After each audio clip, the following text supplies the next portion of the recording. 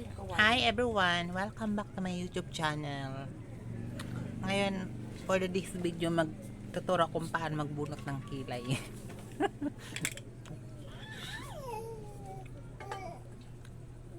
Pag nagbubunot kayo ng kilay, dapat dito lang start. Dito ginabawasan. Dito. Tapos dito. Ayos na yan. Dito. Bawas-bawasan. At may salamin. Ay, ako dito. Dapat dito.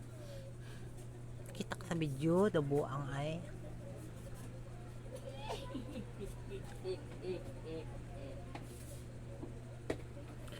Dapat may salamin tayo. Dito ang inuunahan ko ng bunot ko. Dito lang. Ito ginabunutan ko dito. Tapos dito sa taas. Di ko na yung ginabawasan. Kasi pag binawasan mo dito sa taas, yung buhok ko nagbaba-baba ng ganyan na. Dapat pagbawas dito lang. Dito. Tingnan mo mga buhok ko mahaba na. Ganito magbunot ng kilay. Oh. Dito. Ayan. Wag natin dito bawasan sa ano, taas. Kasi yan yung aayos sa ano na maging maganda yung ano natin. Dito lang ako nagbabawas.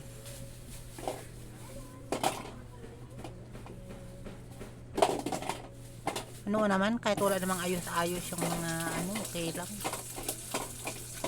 Agay. Kasakit ka ayos. Ay. Guys, ganito at kayo magbunot ng kilay ha. Huwag niyong bunutan dito sa ano. Aray-aray.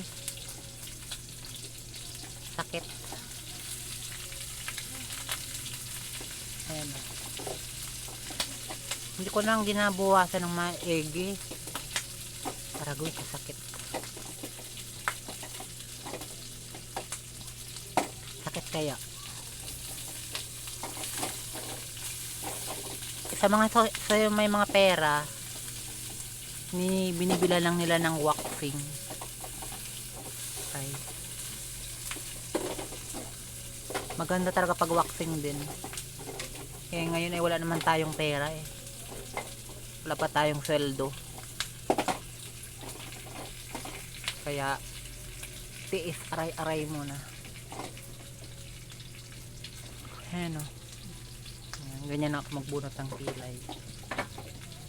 Tsaka hindi na rin ako naglalagay ng eyeliner kasi makapal na rin naman yung eyeliner ko. Sa kabila makapal oh. Aragay. Aray, aray. Aray.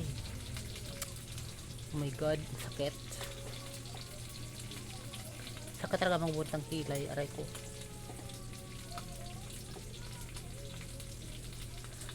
Ouch, ouch.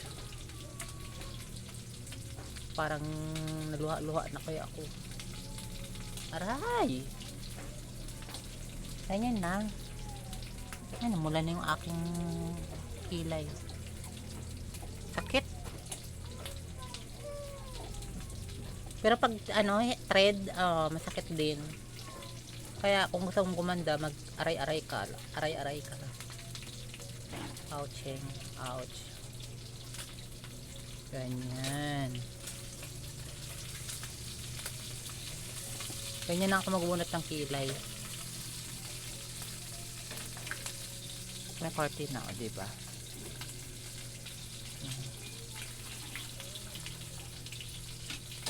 Pero ko po bunutan dito.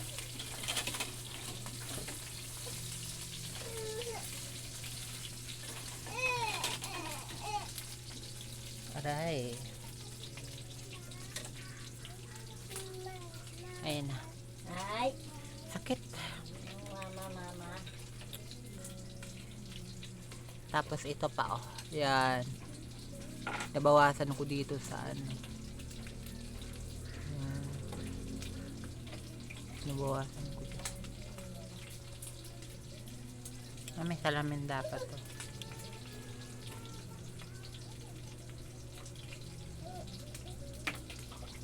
Mahirap lang kasi tayo eh, kaya kung gusto natin na medyo may ganda-ganda naman yung korte-korte yung mga kilay natin, dapat maayos din. Yan na. O, diba? Ano?